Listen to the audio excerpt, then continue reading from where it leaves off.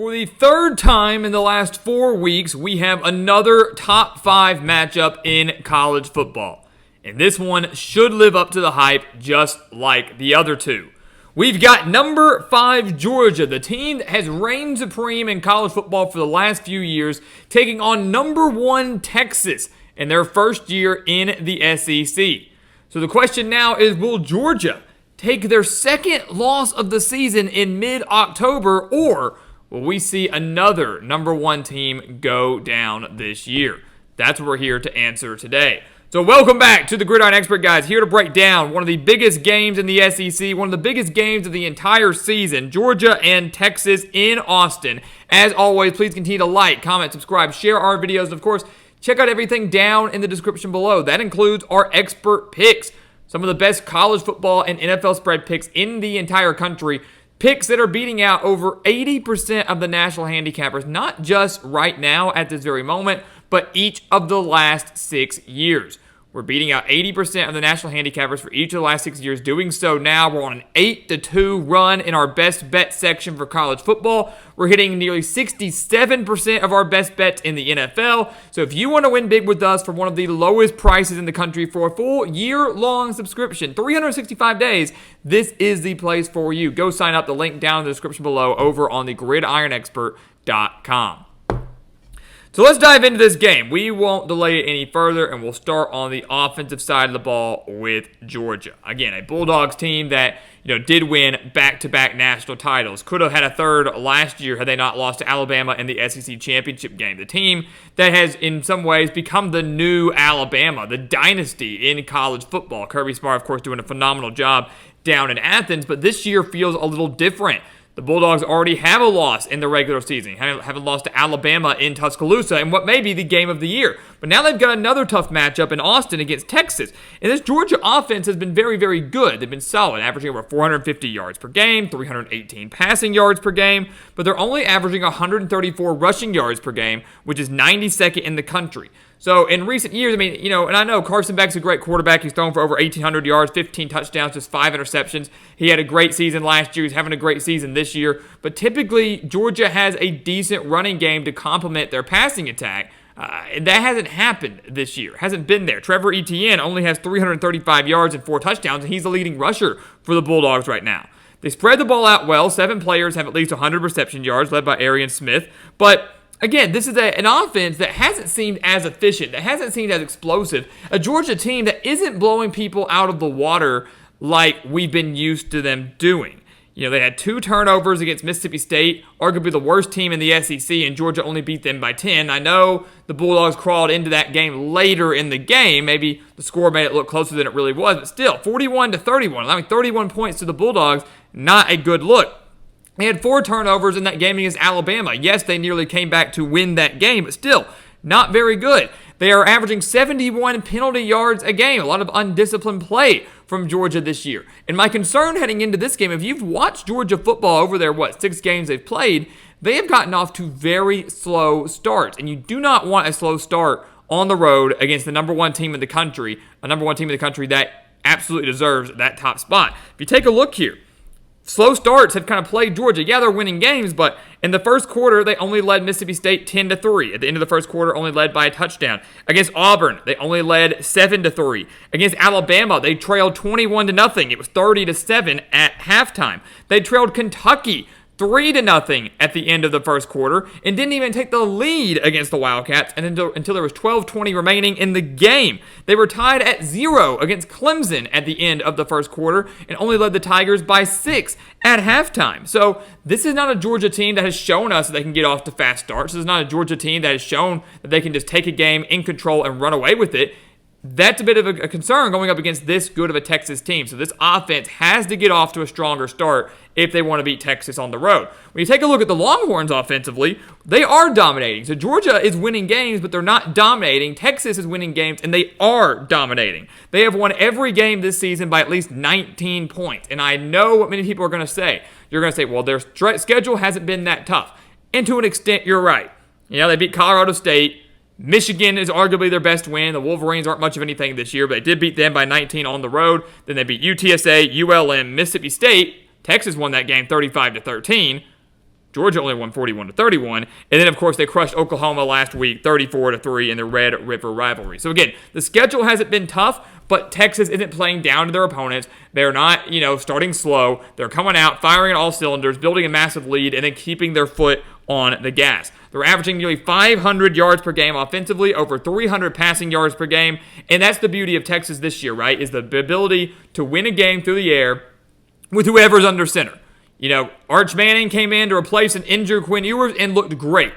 Quinn Ewers comes back last week against Oklahoma, got off to a slow start, had one touchdown, one interception, only 199 yards, although granted, again, they won 34-3. Had a couple missed throws early in the game, so again, he got off to a rough start returning from injury, but settled in. I expect him to get a much better start against Georgia on Saturday night. So whether it's Quinn Ewers at quarterback, which he's going to be the starter on Saturday, but if he were to go down for whatever reason, Arch Manning is a more than capable quarterback to come in and fill that void. Arguably the best backup quarterback in the country. So Ewers is playing great ball. Isaiah Bond is playing great ball. Leads the team with 369 reception yards. Ryan Wingo, freshman stud, 296 reception yards. The offensive line for Texas has been phenomenal, giving up just 6 sacks all year long. And they're averaging 189 rushing yards per game, with 3 players having rushed for over 200 yards already this year. We talked about Texas starting strong. We know they have one of the most efficient and electric offenses in the country. And the other thing that I think is interesting here is not just that they start strong. Texas has trailed 6 games so far this year for a total of 3 minutes and 50 seconds all year long. They've only trailed for 3 minutes and 50 seconds. That was last week. Oklahoma got a field goal at the end of the first quarter, and then Texas proceeded to take the lead shortly into the second quarter. So 3 minutes and 50 seconds is all the Longhorns have trailed this year, and that was last week, and it was only for a few minutes as they trailed 3-0 and then never looked back. So this is a team that likes to get in control early, and they really never let up. And that's the beauty of what Steve Sarkisian's doing down in Austin. When you take a look at the defense, this is maybe where the game's going to be decided, right? We know both of these teams have capable quarterbacks. We know both these teams have capable offenses. What can the defenses do on Saturday night? And you take a look at Georgia. This is a team that is typically pretty dang strong, right? But they've shown some weaknesses so far this year. They're only allowing 312.5 yards per game. They're giving up 192 passing yards per game and 120 rushing yards per game. Ironically, to show you how good Georgia's been, both those numbers are a little bit on the higher end compared to what we've seen from Georgia over these last few years, allowing nearly 200 passing yards halfway through the season, giving up over 120 rushing yards. That is really high, almost 40 yards higher than typically what we see from Georgia. This defense has only posted 11 sacks so far this year. They only have forced 5 turnovers this year, so they're not doing a very good job of creating pressure. They're not doing a very good job of forcing turnovers on their opponents. And my biggest concern for Georgia entering this game is their secondary. It is their secondary. You are facing, on the road, in a hostile environment, one of the best quarterbacks and one of the best passing attacks in the country. And over the last 3 weeks, Georgia's secondary has been torched. They have been torched against their opponents. They allowed 306 passing yards to Mississippi State. They allowed 200 passing yards to Auburn, which really isn't torched, but again, that game closer than it should have been for a very long time. And then they allowed 374 passing yards to Alabama and Jalen Milroe. In the last 3 games for Georgia, they've allowed 880 passing yards, compared to just 274 passing yards for their first 3 games. Granted, their first 3 games were against Clemson, Tennessee Tech, and Kentucky. So 880 in the last 3 weeks compared to 274 in the first 3. And again, now they're facing one of the best quarterbacks in the country, one of the best wide receiver cores in the country, and one of the most difficult places to play in the country at night. That's my concern. If Georgia wants to win this game, their secondary has to play their best game of the season. They've got to create pressure, something they haven't been able to do. They've got to force Quinn Ewers into mistakes, something they have been unable to do. This is going to have to be arguably the best defensive performance we've seen from Georgia all year long. And their defense isn't bad, but the secondary does have some concerns. Texas, on the other hand, statistically, and I feel like this is a new number 1 team every week, they have the number 1 defense in the country. They're giving up just 229.7 yards per game. That's it. Again, you can credit that to the relatively weak schedule. Michigan has no offense. Mississippi State is not very good, as we know. Oklahoma has no offense. So Georgia is by far the best offense that Texas will have faced all year. There's no denying that. But they're only giving up 126 passing yards per game. They're only giving up 103.7 rushing yards per game. They've got 18 sacks on the year. They have forced 11 turnovers. Both of those stats significantly higher than what Georgia has posted on their defensive side. The most points they've allowed all year was 13 to Mississippi State. 13 to Mississippi State, 12 to Michigan. That's the most points they've allowed all year long. Georgia, I expect, will eclipse 13 points. I expect Georgia to score at least 2 touchdowns, if not a little bit more. But it may not be by much because Texas is strong on all 3 levels of their defense. They have not even allowed a 300-yard game all year. No opponent that has played Texas has eclipsed 300 total yards. That's impressive. I don't care who you are. I don't care who you're playing. Holding all of your opponents so far this year to under 300 yards per game is insane. So if Texas can make Georgia uncomfortable, if they can rattle Georgia, kind of like Alabama did in Tuscaloosa, get off to a fast start, rattle them offensively, they're going to be just fine. So that's what Texas has to do. Start strong like they have been, and then defensively, get after Carson Beck early and often. Because I don't expect the Bulldogs, who have struggled to run the ball this year, to have much success running the ball now in Austin against this strong Texas front 7. So once again, this is going to be a game where Carson Beck has to deliver through the air. Can he do it? Absolutely he can. The question is, will he? So what's the final prediction here? Number 1 and number 5. Third time in the last 4 weeks that we've had a top 5 matchup in college football. Embrace this, guys. This has not happened that often, especially in the regular season, especially just by mid-October. Maybe 3, 4 over the course of the entire season. No, 3 in the last 4 weeks, and there might be more coming your way over the next few weeks this season. But I got to tell you, in this game on Saturday night, I've got to go with Texas. I've got to go with the Longhorns here. Georgia is not a bad team. They are not a bad team at all. We know this. And I would actually say that right now Georgia owns the coaching edge. I'm still taking Kirby Smart over Steve Sarkisian. But Texas, to me, owns the offensive edge.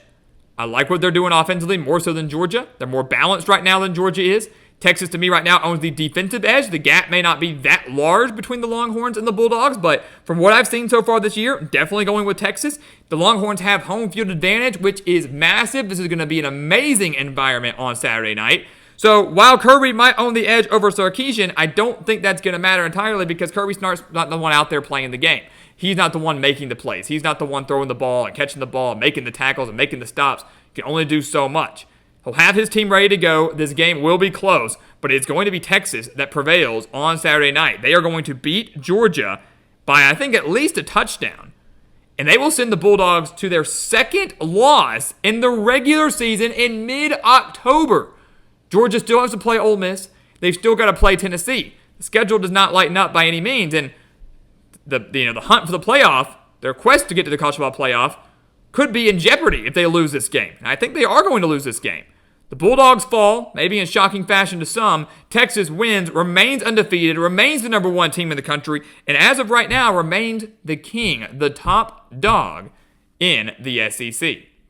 So guys, as always, thank you so much for watching us here at the Gridiron Expert on YouTube. Make sure to continue to like, comment, subscribe, share our videos, and of course, check out everything down in the description below. That includes our website, thegridironexpert.com, home of our exclusive expert picks. Some of the best college football and NFL spread picks in the entire country. 8-2 run in our best bets in college football right now, hitting 66.7% of our best bets in the NFL. So if you want to win big with us, this is the place for you. Go check it out. Again, the link for that down in the description below. And once again, as always, thank you so much for watching, and we'll see you next time right here on The Gridiron Expert.